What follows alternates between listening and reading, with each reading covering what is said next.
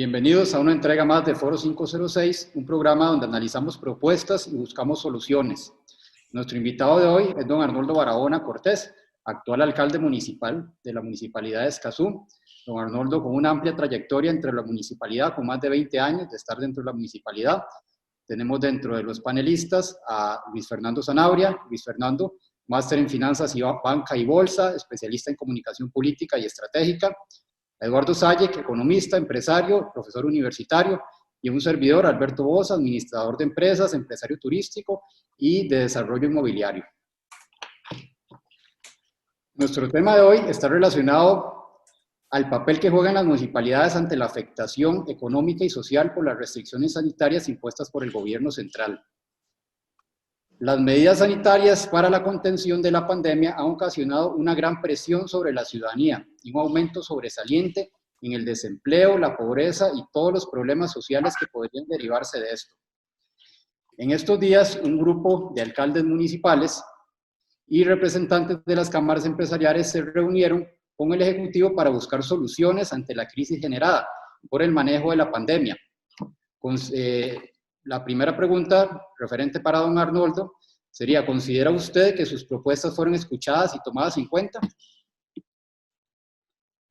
Parcialmente. Realmente nosotros preparamos un trabajo técnico y científico con encargados del tema, te digo, con ingenieros industriales, con gente de gestión de riesgos, con el personal de salud ocupacional y con algún apoyo externo de gente que ha estado llevando algunas capacitaciones virtuales, por supuesto, desde Madrid, en torno a cómo construir manuales asociados a protocolos, manuales tipológicos de las tipologías comerciales y empresariales que hay, de las actividades económicas, asociados a protocolos muy rigurosos, incluso más rigurosos que los mismos que plantea el Ministerio de Salud. Y esta fue la base sobre la cual quisimos iniciar una negociación con el gobierno central. Les trasladamos esta herramienta con un firme compromiso de que íbamos a apoyar desde el personal municipal y las áreas técnicas y estratégicas para que se diera el fiel cumplimiento de este manual de reapertura económica y con base en eso que arrancáramos. El documento se comprometió a analizarlo don Alex de la Comisión Nacional de Emergencia y este tema asociado a algunas advertencias que nosotros hacíamos al gobierno desencadenó una serie de movimientos en diferentes cantones con diferentes actores y se hizo tanta presión incluso por parte de las mismas cámaras que el jueves de la semana pasada se había convocado a un grupo de alcaldes, representantes de la Asociación Nacional de Alcaldes, Intendentes y de la Unión Nacional de Gobiernos Locales a las 3 de la tarde, y después de esa reunión hubo una reunión con algunos presidentes de cámaras también y se llegó a un acuerdo en el cual autorizaban la apertura de algunos comercios, de bastantes comercios o actividades económicas en los cantones naranja. Y también anunciaron que se unificaría la restricción vehicular. La restricción vehicular tiene dos componentes. Uno, lo que es la franja horaria, de qué hora circulan los vehículos. Y lo otro es la circulación de las placas de lunes a viernes y fines de semana. De esos dos componentes, solo se unificó el tema de la franja horaria, desfavoreciendo, digamos, a los cantones que estaban en color naranja, porque la limitan, en lugar de la bajan de las 10 de la noche a las 9 de la noche. Pero en lo que es la circulación de las diferentes placas de lunes a viernes, la dejan en los cantones naranja solo para un día. Entonces, por eso les digo que hubo parcialmente la escucha de nuestras propuestas, porque ni han analizado la matriz, o por lo menos no nos han dado respuestas sobre la matriz de riesgo para la reapertura de la economía en cada uno de los cantones, y la restricción no se cumplió con el compromiso que era unificar integralmente la circulación de las diferentes placas en el transcurso de la semana.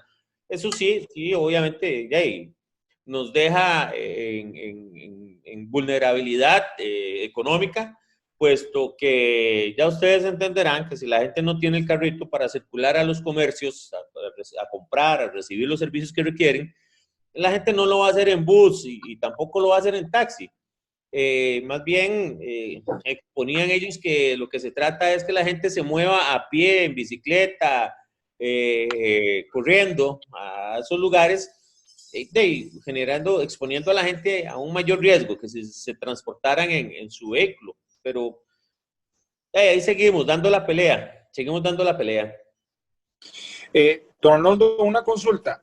De alguna forma, esta unión de alcaldías se siente, tal vez la palabra que voy a usar es un poco fuerte, traicionado, porque uno desconoce los acuerdos de esa reunión, pero yo entendería que la expectativa era, o el acuerdo era, que efectivamente se iba a llegar a un acuerdo, valga la redundancia, para que la movilización a través de vehículos se unificara igual en zonas amarillas y anaranjadas.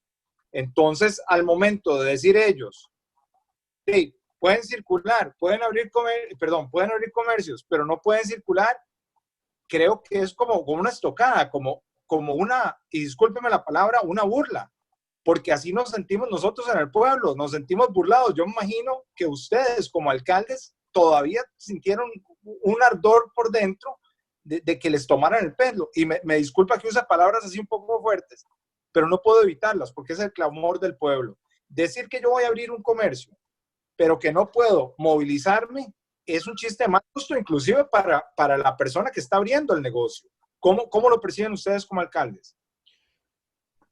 Lamentablemente, no puedo hablar por todos los alcaldes, porque si ustedes tuvieron oportunidad de ver después de la reunión las manifestaciones, por ejemplo, de don Johnny Araya, que es un colega que aprecio montones y que respeto bastante, él y los representantes, los 5 alcaldes que fueron a esa reunión, yo los vi que salieron como muy contentos. Yo no sé cómo los embrujaron,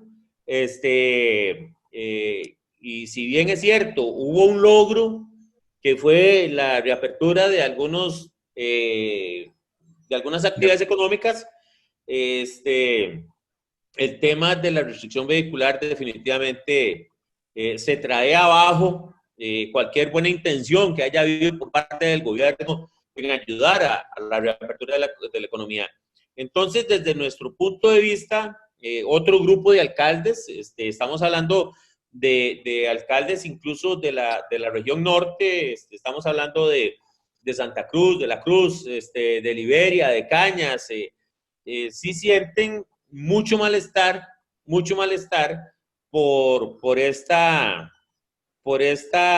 decisión del gobierno de no honrar un compromiso. Vamos a ver, yo sí les puedo comentar que los compromisos que se adquirieron básicamente, o los acuerdos que hubo básicamente en la reunión de ese jueves de la semana pasada, fue primero la reapertura gradual de la actividad económica, la unificación horaria, la unificación de la restricción vehicular, así quedó redactada, unificación de la restricción vehicular.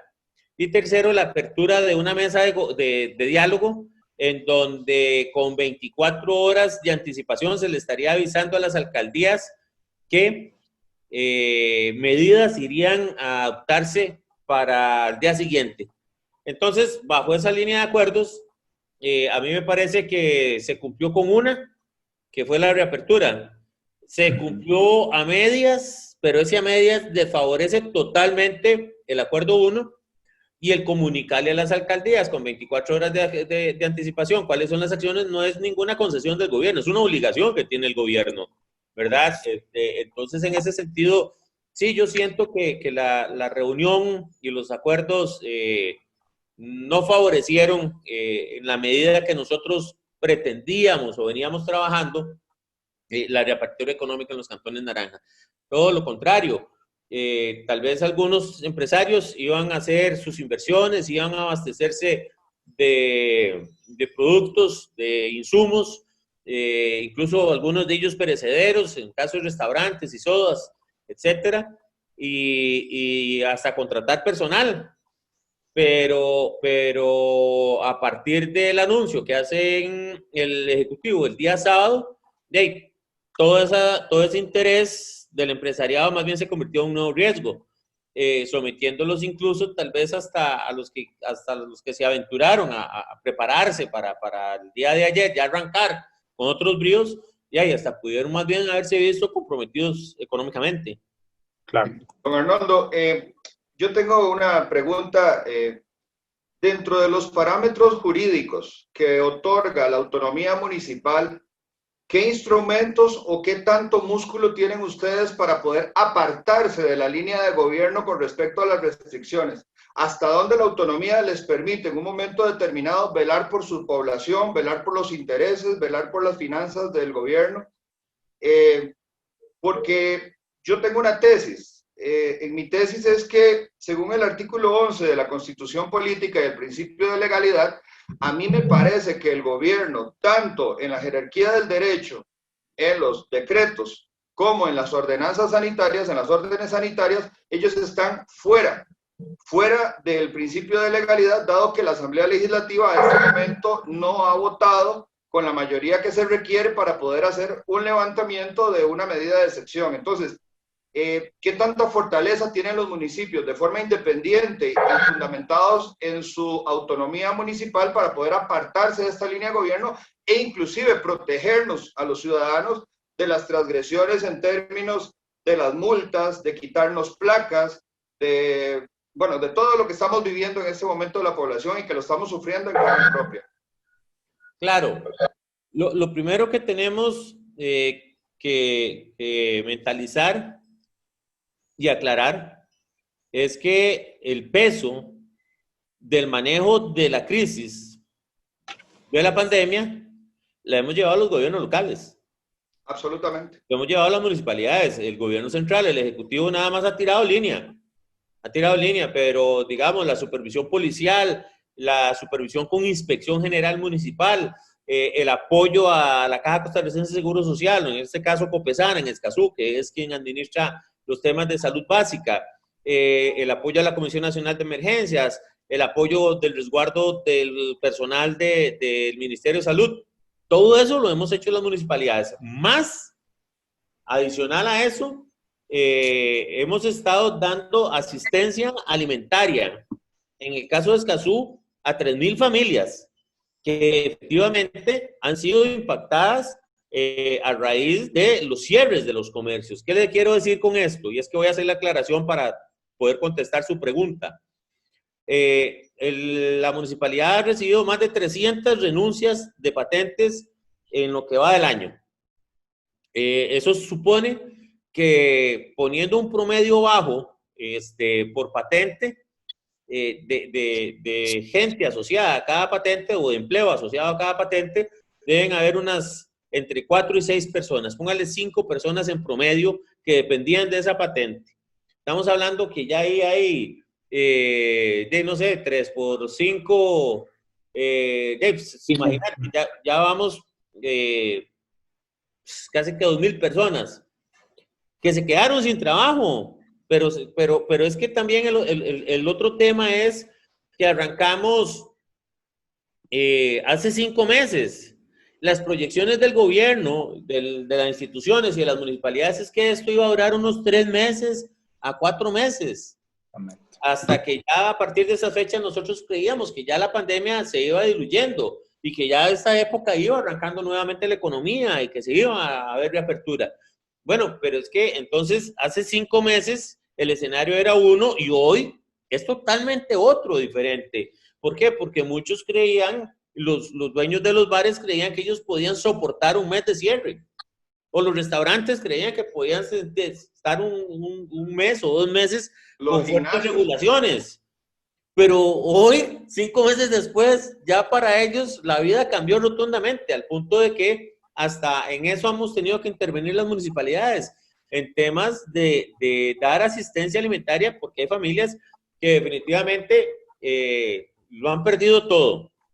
Se prepararon muchas familias, muchos emprendedores iniciaron gestiones a mitad del año pasado, sacando permiso de salud, patentes, alquilando locales, previendo materiales, primas, todo eso, y corrieron para abrir en diciembre.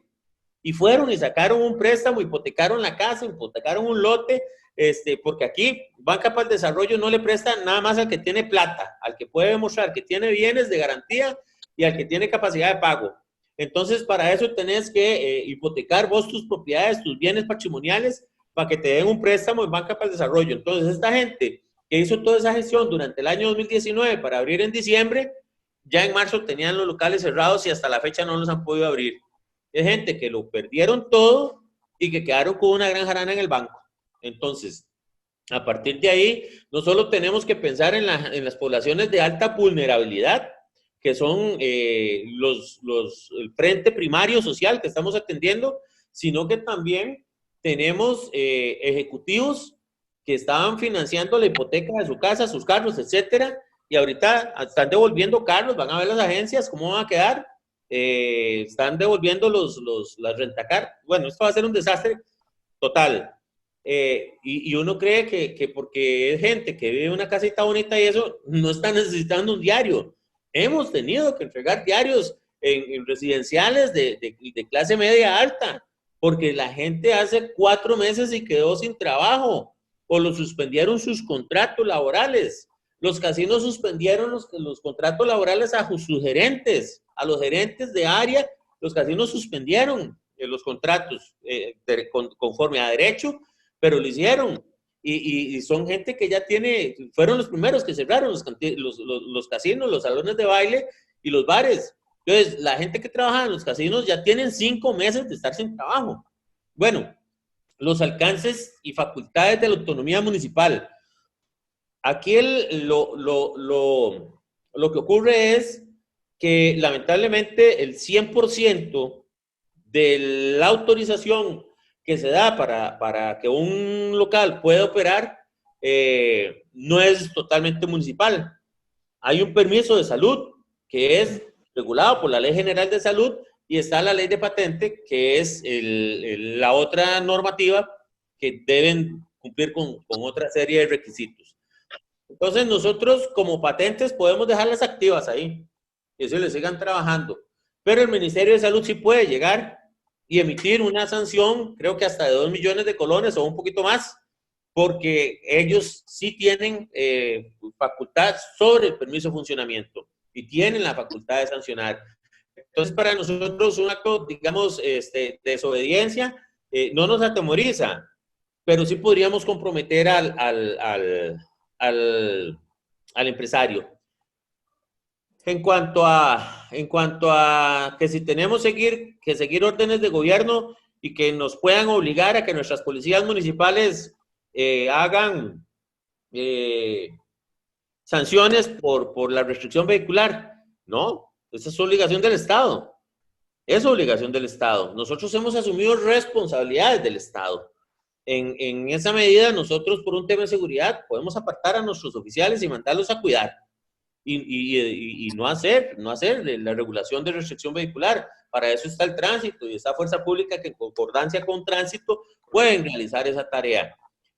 Nosotros realmente creemos que sí podemos, no en un acto de desobediencia, sino en un acto de autonomía, apartarnos de muchas cosas, de exigencias del gobierno central y así lo estamos haciendo en realidad. En este momento, debo comentarles que algunos de los alcaldes que nos sentimos insatisfechos por el incumplimiento de los acuerdos, planteamos un recurso, una medida cautelar. Ayer fue presentada el contencioso en contra del incumplimiento del acuerdo de la restricción vehicular, pidiéndole al contencioso que ordenara la real unificación de la restricción vehicular. Claro, Ya hoy mismo nos contestó el contencioso rechazando como medida urgentísima y le dio 3 días al gobierno para que aporte su defensa contra esta situación que hemos planteado. Obviamente, eso no va a beneficiarnos en esta semana, ya no se resolvió, pero sí queremos llegar hasta el fondo porque eso va a ser un antecedente, porque el gobierno va a seguir con esta majadería de estar haciendo martillazos y martillazos y martillazos cada vez que se les ocurre o cada vez que ellos creen que son oportunos o necesarios. Entonces, desde ese punto de vista y tratando de evacuar la consulta, sí nos alcanza hasta cierto punto la autonomía municipal. No vamos a tener ningún problema en aplicar esa autonomía en cuanto a no realizar sanciones que las haga el gobierno central. Sí es difícil que dejemos, por ejemplo, de ayudarle a la caja. Nos parece que el trabajo que está haciendo Copesana en el cantón de Escazú es sumamente valiente y es muy responsable y sí aporta realmente a la trazabilidad de los casos en esta pandemia, porque están haciendo, nosotros les prestamos instalaciones, les prestamos vehículos, les prestamos choferes para que puedan realizar las pruebas que se requieren para ver el comportamiento de los casos en el cantón. Que dicho sea de paso, nosotros en este momento tenemos más casos recuperados que nuevos contagios y eso no nos ha valido. De igual forma, la información, nosotros tenemos como 10 días, según el Ministerio de Salud, de no tener casos recuperados y el Ministerio de Salud, junto con la local, junto con la Comisión Municipal de Emergencias, tenemos toda la información donde ya llevamos más de 256 recuperados, mientras que en el Ministerio de Salud tenemos, en San José seguimos teniendo 76. Y así por el estilo, en montones de cantones la información no coincide entre la información local y lo que dice el gobierno. El ministro Salas trata de justificar el tema alegando que hay atrasos en la actualización de la información, pero sobre esos atrasos, muchos cantones podrían ya estar en amarillo y siguen estando en naranja porque ellos no han actualizado la información. O sea, siguen haciendo daño por la ineficiencia en el seguimiento y manejo de la información, que son ellos los que la tienen secuestrada. Correcto. No, Arnoldo, como usted lo planteaba, el gobierno visualizó esto o hizo creer a la ciudadanía que iba a ser algo de pocos meses, de corto, mediano plazo. Sin embargo, se ha ido extendiendo y se va a seguir extendiendo. Y por lo que se percibe, la crisis apenas está comenzando, ¿verdad? O sea, esto no ha tocado fondo todavía. Los indicadores económicos se han deteriorado, el déficit fiscal, el desempleo. El problema es que, como usted lo mencionaba, no son solamente números. Esto se está viendo ya traducido en hambre, en necesidad de la gente. Desempleo que ha ocasionado que gente no tenga ni siquiera sus granos básicos, por así decirlo, su canasta básica para poder alimentarse. Usted está planteando, bueno, nos planteó que establecieron la medida cautelar, solicitaron la medida cautelar ante el contencioso administrativo. Entre otras medidas que nos está planteando es la no colaboración de las fuerzas policiales de la municipalidad para la restricción vehicular, ayudando en su trabajo a la policía de tránsito. ¿Tienen alguna otra propuesta? ¿Qué sucede en caso de que la medida cautelar sea rechazada y que el gobierno no ceda ante la presión de ustedes de no colaborar con las policías? ¿Qué más podría hacer la municipalidad para tratar de frenar un poco todas estas medidas que le están ocasionando hambre al ciudadano, ¿verdad? Correcto. En ese sentido, yo creo que lo más oportuno o lo que más nos va a hacer falta es integrar el movimiento a nivel nacional.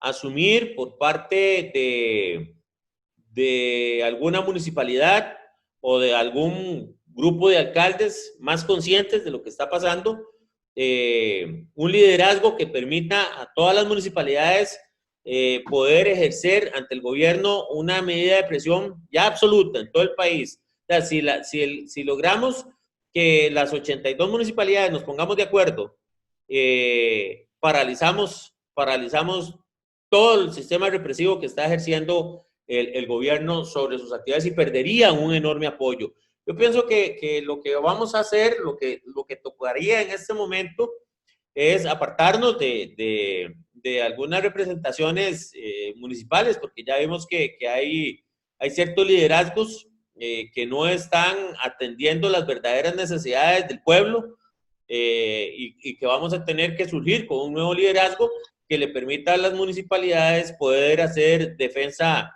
en bloque de los derechos de los empresarios, pero principalmente de los derechos de las personas que han perdido el trabajo, de las personas que para poder volver a tener un empleado depende de que los comerciantes, los empresarios reciban un auténtico apoyo para poder, primero, las que aún conservan un poquito de oxígeno, que puedan vitalizarse nuevamente y no tener que cerrar.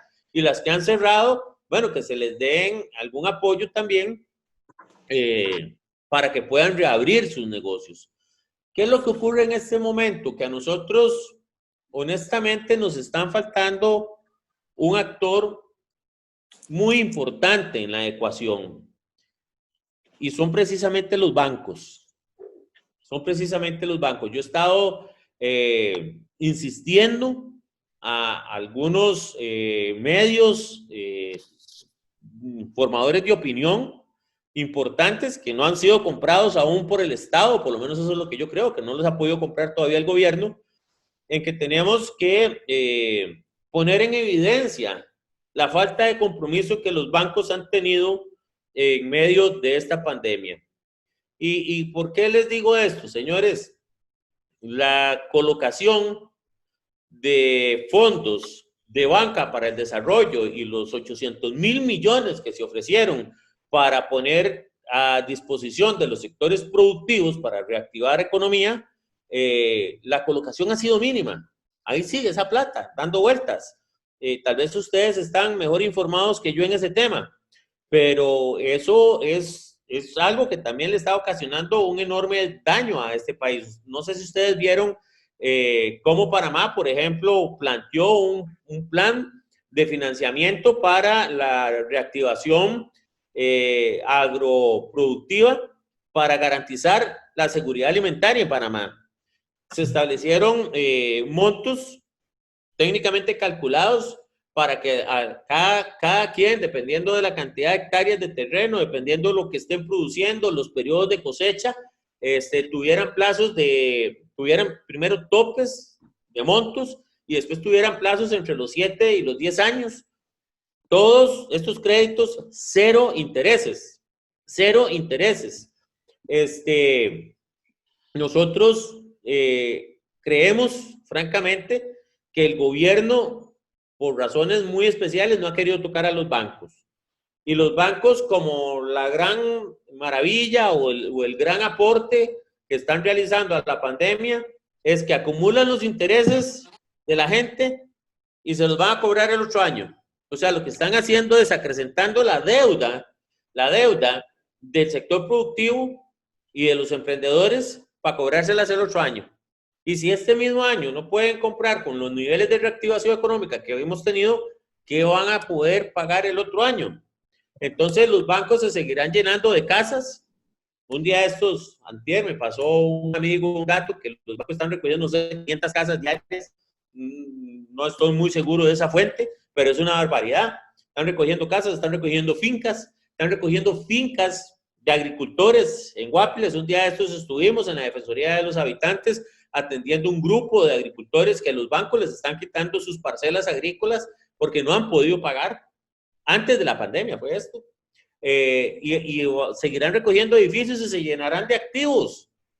Y los bancos no se están dando cuenta de que se están disparando en el pie, como lo mismo que está haciendo el gobierno. Llegará el momento en que se van a llenar tanto de activos y no van a tener la liquidez suficiente que se puede generar un caos económico. Cuando la gente, los ahorrantes comiencen a detectar esta situación, la gente va a correr a sacar la plata de los bancos porque en cualquier momento el gobierno va a dictar normas de que se congelen los ahorros de las personas. Y cuando esto comience a ser respirado por los ahorrantes van a querer trasladar su plata a Panamá o a donde sea. Y los mismos bancos van a tener una escasez de liquidez que ya va a ser muy tarde, porque no van a tener la fuerza suficiente para poder financiar las actividades económicas y productivas que requiere el país. No sé, ustedes deben estar enterados que, por ejemplo, la SUGEF ya autorizó a los bancos a que pueden hacer nuevos arreglos con los deudores sin que se les obligue a hacer las reservas de ley que tienen que hacer. ¿Qué significa esto? Que cuando yo me atraso en el banco y voy y renegocio mi operación con el banco, la SUGEF me obliga a que yo haga una reserva de fondos del banco para proteger ese arreglo. Y si a mí, por otro arreglo, me vuelven a bajar la categoría, tienen que volver a hacer una nueva reserva. Bueno, ya la SUGEF les dijo, no, hagan 2 o 3 arreglos de pago con la gente y no hagan esas reservas. Pues es una libertad que los bancos tienen en este momento para que no se vean afectados su capital patrimonial. Bueno, claro. Entonces, si existe esta apertura, ¿por qué los bancos siguen inamovibles en las condiciones que se le están dando a sus clientes? ¿Qué es lo que pasa? Bueno, sí hay que modificar, yo sé que hay que modificar la ley orgánica del Banco Central y darle más poder a la SUGEF. Yo quisiera hacerle una pregunta, porque cada vez que una persona tiene una posición disidente con la línea de gobierno, entonces automáticamente cae un ejército de troles a atacarlo. Cuando usted alza la voz, una acción que yo veo totalmente encomiable, muy loable, porque usted es el presidente de nuestro gobierno local y sale en defensa nuestra, entonces automáticamente empiezan los ataques a través de los medios de comunicación y a través de las redes sociales diciendo que es que usted tiene aspiraciones para ser diputado en las próximas elecciones. Yo quisiera aprovechar este espacio para que usted nos diga, nos desmienta, o es decir, para darle un criterio a la gente a ver si esto es un simple ataque más del gobierno, simplemente para desacreditar las afirmaciones que usted tiene y la lucha que usted ha emprendido por sus habitantes. Quisiera en esto ser lo más claro y transparente posible. En épocas de campaña de esta última elección de alcaldes, ese fue un argumento de mis detractores políticos y de mis contendores en la campaña. A raíz de ese tipo de ataques, yo firmé un documento público que lo di a conocer y expuse mediante video que yo no participaría en campañas para ninguna diputación en este periodo que se aproxima electoral. Me comprometí a cumplir con mis 4 años de elección públicamente y así lo hice por escrito y pienso mantenerme muy firme en esa posición. Que ahora a raíz de esta, digo yo, de este momento que nos corresponde a algunos alcaldes asumir liderazgo, han venido algunas ofertas y se han acercado algunos partidos. Sí, es cierto, pero esas ofertas, por lo menos de parte mía, han sido rechazadas. Yo tengo un compromiso con los escasoseños de terminar un proyecto a 4 años que tenemos pendientes todavía muchas cosas en tránsito que sería hasta cierto punto cuestionable el que yo dejara eso a medio palo, pero la respuesta es que no tengo aspiración. Yo le agradezco mucho la aclaración por 2 razones. La primera, porque cada vez que el gobierno ha visto que alguien lo ataca o lo critica, ellos dicen que es politiquería.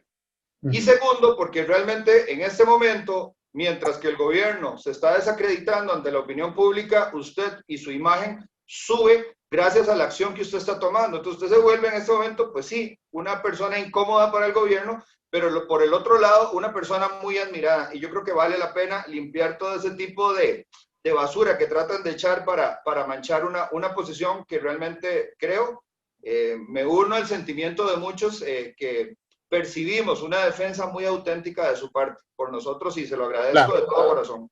Sí, siguiendo, sí, perdón, solo para un punto para seguir sobre ese tema.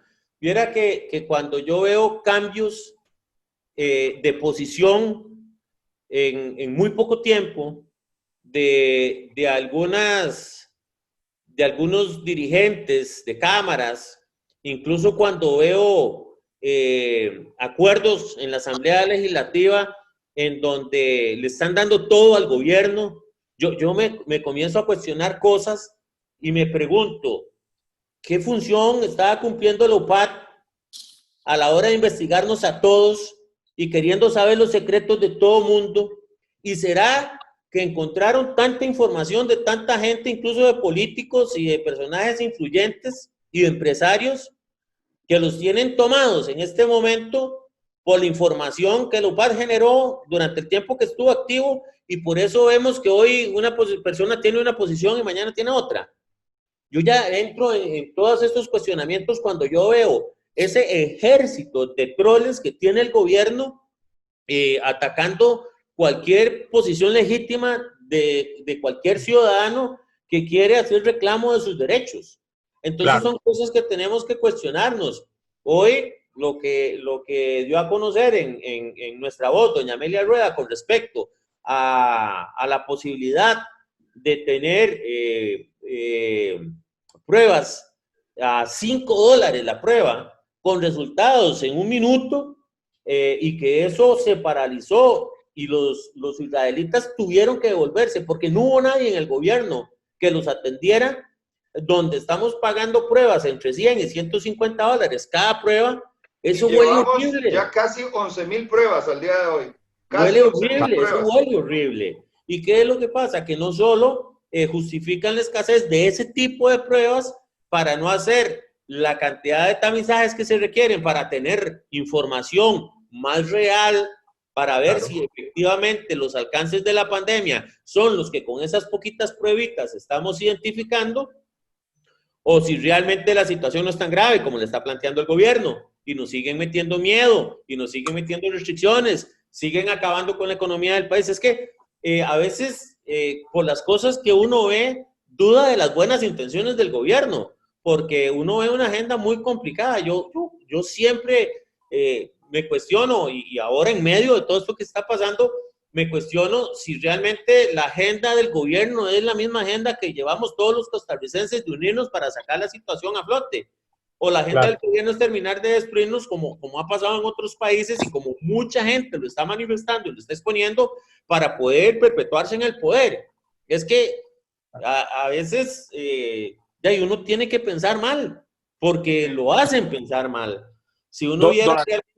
Sí, señor, perdón. No, o sea, la línea que usted lleva es la correcta. Creo que a muchos no nos cabe duda cuál es la verdadera intención que hay detrás de esto, porque nos parecería ilusorio pensar que personas con cierta capacidad de raciocinio puedan llevarnos o tomar decisiones que nos estén llevando a donde vamos. Y ahí es donde le iba a hacer una consulta, que es con respecto al liderazgo. Usted tomó un rol activo, usted tomó un rol de líder, el alcalde de Garavito tomó un rol de líder también, y se manifestaron y pusieron algunas reglas sobre la mesa. Mi pregunta es la siguiente: ¿existe alguna figura de liderazgo realmente, o quién lleva el liderazgo a nivel de gobierno con esta pandemia? Porque a mí me costaría creer que el presidente de la República tenga algún liderazgo en eso. Lo que parece ser que Superman, como lo han pintado al doctor Salas, es el que está llevando el liderazgo aquí.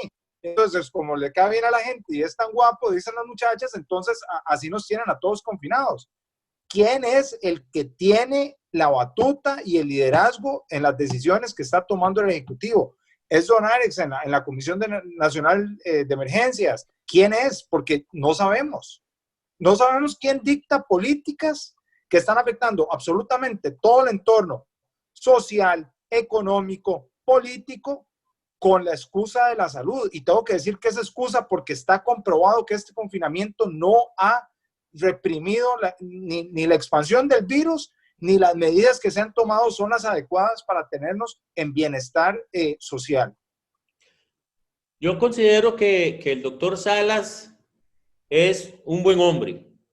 Esa es la percepción que yo tengo de él, que él es un buen hombre, que en la materia de epidemias siento que es un gran técnico y que debe ser una de las personas más preparadas de este país y no de la región.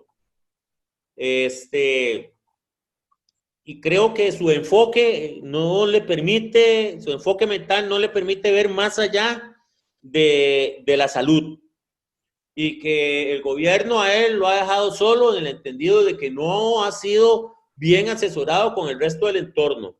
Yo exponía un programa de radio hace poco que el buen gobernante debe ser como el buen padre. El buen padre de familia no solo puede velar por la salud de su hijo, tiene que velar por su desarrollo y crecimiento integral, tiene que velar por la salud, por supuesto, pero tiene que velar también porque haya techo, porque tenga alimentos, porque tenga seguridad, porque tenga aspiraciones y sobre todo porque tenga valores. Y el gobierno, si es buen gobierno, debe tomar en consideración, además de la salud, todos estos otros factores que los costarricenses no lo están teniendo en este momento.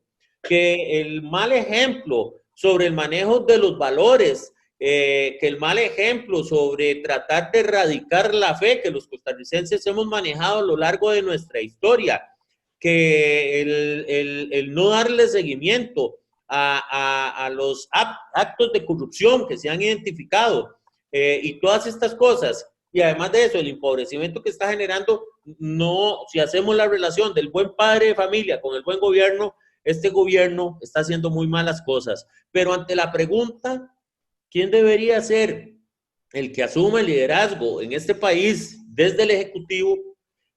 Lamentablemente, señores, yo les tengo que hacer un comentario muy personal. Yo no sé quién está gobernando este país. Yo no sé quién está detrás del presidente y de los ministros.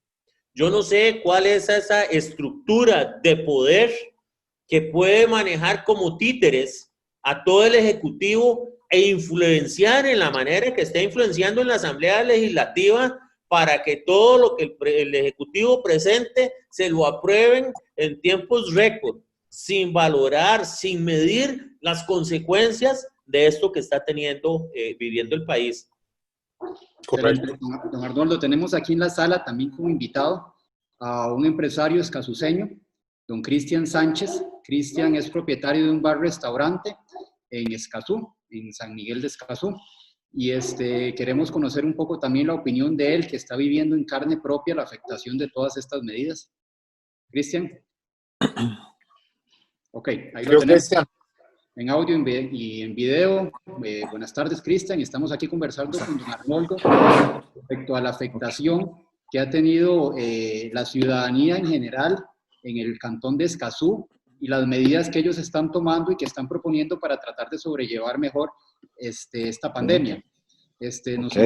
Nos interesaría saber un poco tu punto, cómo lo estás llevando desde el punto de vista de vos como empresario, como propietario de un bar-restaurante que se está viendo directamente afectado por todas estas medidas. Sí, claro, bueno, ahí algunos me conocen, mi nombre es Cristian Sánchez, soy propietario de un bar-restaurante en Escazú Centro, se llama Pocket, ¿verdad? El cual nos hemos visto fuertemente afectados en el tema de esta pandemia. Ya vamos para 5 meses, ¿verdad?, de afectación, donde hemos tenido una mala experiencia en el tema de que, a pesar de que a nivel de patentes o permisos somos como un restaurante realmente, ¿verdad? El tema es que la afectación ha sido muy grande porque las aperturas que se han logrado hacer son realmente no funcionales, ¿verdad?, para este tipo de negocio, porque nada se gana con una apertura que te digan de 5 de la mañana a 5 de la tarde, de 5 de la mañana a 7 de la noche, cuando es sabido de que el fuerte de este tipo de industria de alimentos y bebidas, llámese un bar o llámese un restaurante, se da después de las horas laborales de las personas, ¿verdad? Y si son los momentos más regulados y los más cerrados que nos han puesto, ¿verdad? Entonces, no puedes decir, voy a trabajar en un restaurante cuando me dan un cierre a las 5 de la tarde, cuando sabes que la gente está trabajando a esas horas, ¿verdad? Y posiblemente muchos están apenas saliendo del trabajo o están haciendo teletrabajo y no te van a llegar a tu negocio porque o no tienes permiso de placa para poder salir, o el horario de cierre ya está sumamente restringido, ¿verdad? Entonces, prácticamente, viéndolo así, esas aperturas que hemos tenido han sido totalmente nulas para el aporte al negocio. Sí, dígame.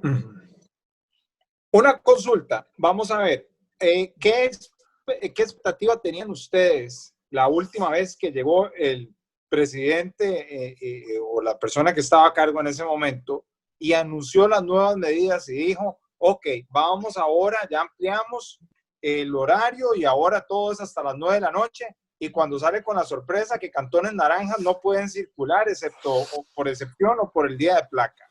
¿Cómo se sintieron ustedes como propietarios de restaurante, bar, etcétera, etcétera, y otros comercios? Más que todo, ustedes que tienen productos perecederos, ustedes no pueden comprar y jugarse el chance de que el producto se le quede, porque un par de zapatos, unas medias o una camisa se guarda. Pero sí, bueno, ese es el gran problema, que no todas las industrias se pueden ver por el mismo lente, ¿verdad? Porque en el tema de restaurantes, tenés que, ya después de 5 meses no vas a tener producto guardado. Entonces, si vos vas a reactivar, tenés que comprar de nuevo en el momento. Eso es producto, ¿verdad? Pero cuando vos llegas y te preparás y de repente te cambian las reglas, ¿qué haces? Tenés pérdidas, porque no puedes llamar a tu proveedor de vegetales, tu proveedor de proteínas, de carnes y eso y volver, ¿verdad? Cristian, ¿cuál fue el sentimiento cuando vos estabas esperando a ver el anuncio? ¿Cómo te sentiste vos después de eso? Mira, no solo yo, porque en el caso nuestro, cuando nos dijeron que se unió el grupo de alcaldes, ¿verdad? De este sector, ¿verdad? Oeste, que fue don Arnoldo y el señor de Villacolón, el de Santa Ana, y se manifestaron ya para por lo menos pelear un poco, ¿verdad? Y representando a sus cantones. Uno se alegró, pero también los muchachos que trabajan con uno, ¿verdad? Que están ahí en sus casas, que no tienen ahorita ingresos, que están viendo la fea. Uno en su momento los ha tratado de ayudar, pero ya uno también la liquidez de aguantar un negocio. Después de 1 o 2 meses, vos decís, el fondo de ahorro que yo tenía ahí, voy a empezar a utilizarlo en esto, a salvar el negocio. Pero cuando ya llevas 3, 4, 5 meses, ya no hay fondo de ahorros, ¿verdad? Entonces, tampoco puedes decir, voy a sacar para darle, no sé, 50,000 colones a mi muchacho del salón, por lo menos para que se compre un diario para él y la chiquita, ¿me entiendes? Ya no alcanza. Entonces, todos estábamos ilusionados porque dijimos, nos activamos, aunque sea en ese horario a las 9 de la noche, pero por lo menos con eso generamos, aunque sea para que todos tengan para comprar su diario en la casa durante el periodo que nos den chance de abrirnos más, ¿verdad? Que me parece ilógico que también nos digan, pueden abrir de lunes a viernes y sábado y domingo no, como que si el COVID tiene horarios, ¿me entiendes? O sea, es una cuestión de cuidados que uno tiene que tener, de protocolos que hay que mantener y aprender a vivir con esto, ¿verdad? Porque es una cuestión de que no se va a ir, ¿verdad? Entonces, ¿qué ganamos? Encerrándonos y de repente haciendo esos tipos de restricciones absurdas, donde te dice, puedes abrir, pero no voy a dejar que la gente te llegue. O puedes abrir, pero le voy a decir a la gente que si sale, casi que se van a morir. Entonces, ¿qué ganas diciéndole eso? Es como decir, voy a hacer algo para que no digan que no hago nada, pero por el otro lado, no le doy permiso a los demás que te apoyen. Entonces, es una cuestión ilógica. Hemos tenido pérdidas en varias ocasiones donde hemos hecho esos arranques de que nos dejan abrir y de repente nos cierran. O sea, como decís vos, en una tienda de zapatos, tal vez se pueda aguantar en ese formato, pero en un restaurante, vos no puedes decir, voy a arrancar operación ahorita y en 10 días tengo que cerrar, porque los productos que compraste te van a poner malos. ¿Me entendés? Ahí las pérdidas. Primero, que ya estás en números rojos porque tenés 5 meses esperando. Y tercero, ¿qué haces con los muchachos que están ahí en la casa esperando a ver cómo se activan? Para poder recoger sus 5 ahí, por lo menos, para comprar el diario. Y de repente decir, mira, venís pero solo 10 días. O mira, no, ya no podemos abrir, que fue lo que nos pasó para esta ocasión. El sábado nos preparamos, estábamos esperando ahí la conferencia, todo lo que le habían prometido a los alcaldes en su reunión y todo, ¿verdad? El asunto. Y prácticamente ya estábamos reactivando los códigos ahí, proveedores para buscar ahí, poder arrancar la operación y todo eso. Nos reunimos ayer lunes. Y la decisión fue que era mejor quedar cerrados de nuevo, porque uno como restaurante me pueden decir, usted puede abrir, pero hay que ser honesto, o sea, de 5 a 7 de la noche o a las 9. O sea, un día que dejan salir las personas por número de placa, o sea, no da para sostener una operación. Hay que entender los negocios, ¿verdad? Y no es solo abrir por abrir. Cada negocio tiene su dificultad, su manejo, su costo operativo, y todo eso, de estos arranques o estos alegrones de burro que nos está dando el gobierno, lo que está haciendo es dinamitándonos más el terreno, o como dice uno, pegándose un tiro en la rodilla, porque arrancás y de repente te tiran una bomba de esas. O sea, es incontrolable a nivel... El sentimiento de Cristian, el sentimiento de Cristian como empresario viene siendo el común denominador de prácticamente el sentimiento de todos los escazúseños y todos los ciudadanos de este país, ¿verdad? Que lo estamos viviendo en carne propia de una u otra manera, el mal manejo de la crisis, ¿verdad? Nadie puede negar que hay una crisis sanitaria que puede degenerar en algo peor todavía, ¿verdad? Y que tiene que haber un manejo correcto de esa crisis. Pero hay otros aspectos del país que se deben de manejar en conjunto al manejo de la crisis sanitaria. Yo siempre hago la analogía de que un carro tiene 4 ruedas. Si una sola rueda gira bien y las otras no giran bien, el carro no camina. Lo mismo pasa con el manejo del país. Si se maneja bien el aspecto sanitario, que concuerdo con don Arnoldo, que el ministro Salas es un excelente profesional y dentro de su campo hace el mejor manejo posible de la crisis, las demás ruedas no están girando, ¿verdad? Entonces el carro sigue trabado. Sí. No sé, Luis Fernando, ¿tenías una pregunta? Sí, yo tengo un par de preguntas rápidas para don Arnoldo. Para ir cerrando. Sí, para ir cerrando. La primera pregunta, don Arnoldo, es, en este momento no cabe la menor duda que el pueblo de Costa Rica se siente sumamente agradecido con usted. Usted sale a ser una persona en defensa no solamente del escazúseño, sino de todo el costarricense que está sufriendo lo mismo. Usted se vuelve en este momento una voz absolutamente empoderada. Partiendo de esta idea, y además de un pensamiento de Churchill que dice que no se debe desperdiciar ninguna crisis, ¿qué oportunidades ve usted a futuro? Porque ciertamente muchas personas, yo nunca he visto a los gobiernos locales competir, pero muchas personas podrían pensar en algún momento en hacer inversiones en Escazú con la garantía de que usted se encuentre por ahí. Entonces, ¿qué oportunidades ve usted para el cantón de Escazú? Yo quisiera, ya para ir cerrando, de veras, hacer 2 observaciones muy importantes.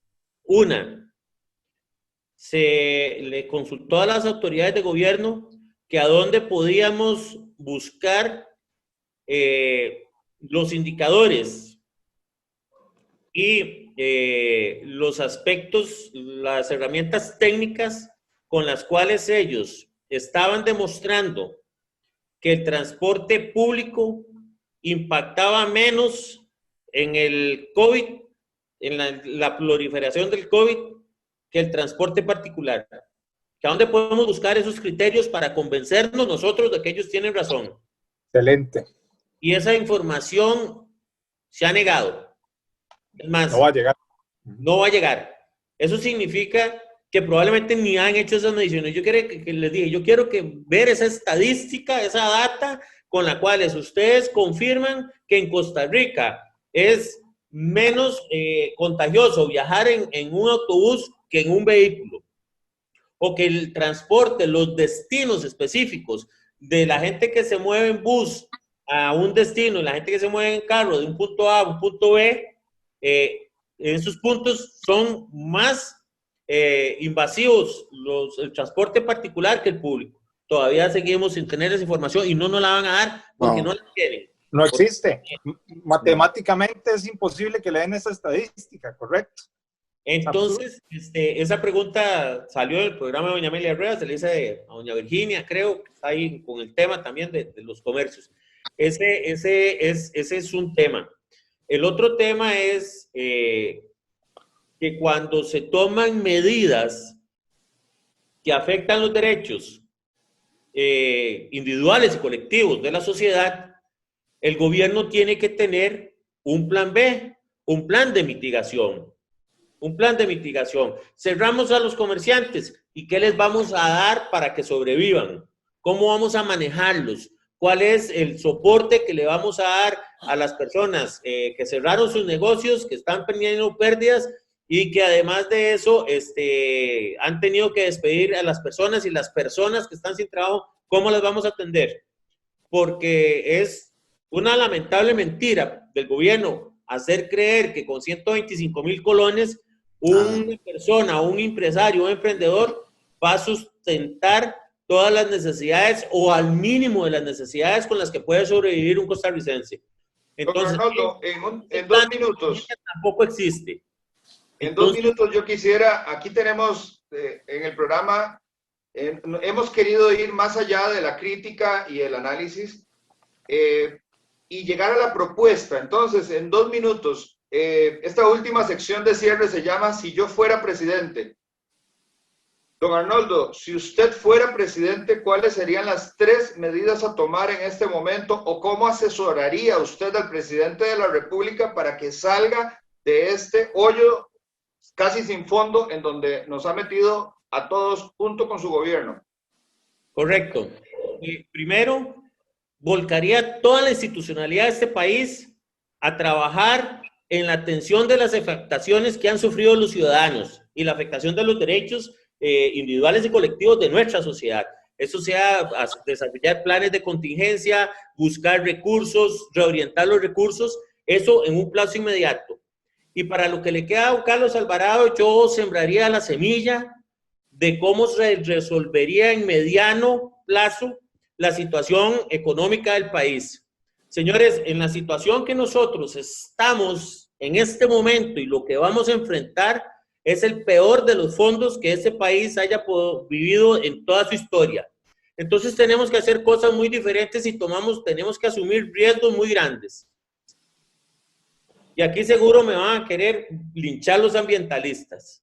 Pero la Constitución política establece que los ciudadanos tenemos derecho a la explotación de los recursos naturales que tienen nuestros suelos para paliar la economía y el bienestar social de los costarricenses. Eso es un derecho constitucional que nosotros tenemos. La reactivación para la exploración petrolera, para la explotación del gas y la recuperación de bagaces y crucitas que están siendo saqueados por entes privados, por enviados de Daniel Ortega a limpiar crucitas y empresas clandestinas que están sacando el oro de bagaces, y ahí se están llevando todas las riquezas de nuestro país. Habría que reactivar en este momento con planes de contingencia, con reservas para la restauración del medio ambiente una vez que se agoten estas fuentes y con planes estratégicos para explotar en este momento el petróleo. Vea, si las mismas estadísticas mundiales te dicen que se va a requerir del petróleo durante los próximos 38 años, aunque haya plasma, aunque hayan vehículos eléctricos, aunque haya de todo, el petróleo por los próximos 38 años se va a requerir. Y ni siquiera nos hemos dado esa oportunidad. Costa Rica tiene que hacer la exploración para poder explotar el gas natural. Eso es oro en estos tiempos. Y hablando de oro, tenemos que sacar el oro de crucitas y dejar un porcentaje de lo que eso genere para restablecer nuevamente el estado natural de ese lugar, dejarlo como si ahí no hubiera pasado. No hayamos ni qué hacer con el ICE. En el ICE están los mejores geólogos, ambientalistas, técnicos, ingenieros, tienen los equipos, tienen la maquinaria para poder explotar esa situación que se está viviendo ahí. Ponemos a trabajar al ICE si es una insignia en este país, técnica, están los mejores técnicos, los mejores ingenieros, los encontramos ahí. De igual forma, tenemos que tomar posesión sobre bagaces. No puede ser posible que estén destruyendo el medio ambiente, se están llevando el oro y aquí todo el mundo vuelve a ver para otro lado. Esa sería la reactivación económica que con planes estratégicos y compromisos y una efectiva fiscalización podría devolvernos a nosotros el valor de la moneda.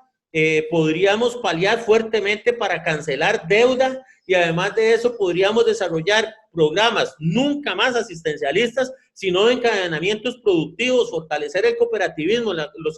Nosotros estamos haciendo cooperativas en Escazú, estamos unificando a los muchachos para que limpien los parques mediante una cooperativa y los contratamos y los pagamos. Estamos preparando a las señoras para que asuman todo lo que es la limpieza de edificios, señoras jefas de hogar en el cantón.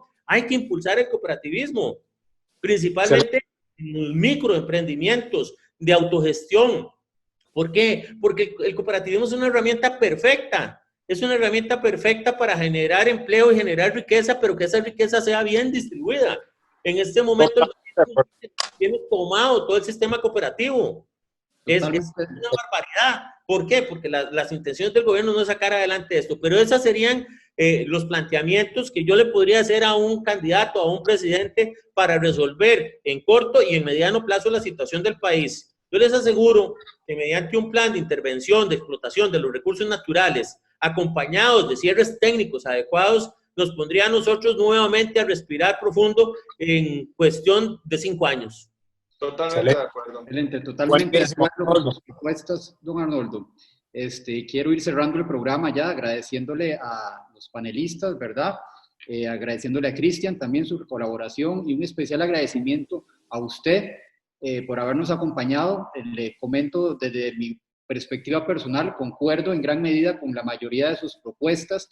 Lo felicito por convertirse como jefe del gobierno local de Escazú, convertirse en la voz de los escazuseños y animarlo a seguir adelante en esta lucha para tratar de paliar la situación que nos está haciendo vivir esta crisis.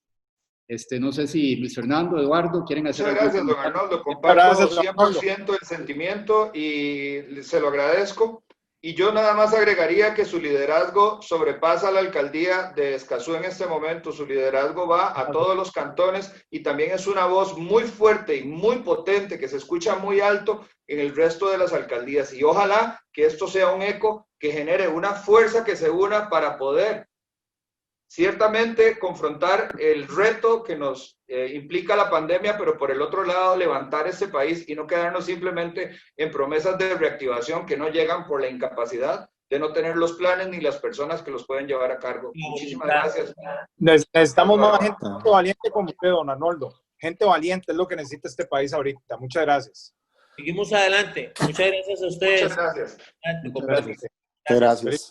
Saludos. Gracias, Cristian. Saludos.